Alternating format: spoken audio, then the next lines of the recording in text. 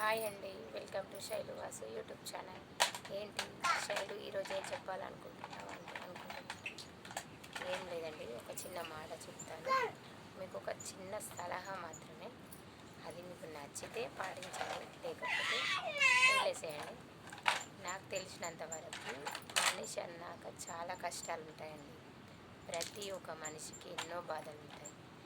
ఎంత కోటీశ్వరుడైనా కూడా తన బాధని, ప్రతి ఒక్క చిన్న బాధనైనా కానీ ఎదుటి వ్యక్తికి చెప్పుకుంటాడు. అరే ఇలా జరిగిందిరా అన్న ఒక మాట అయినా కానీ అలా ఎప్పుడు చెప్పకూడదు. ఎందుకో తెలుసా? మన గుండె ధైర్యమే మనకి ఓదార్పు.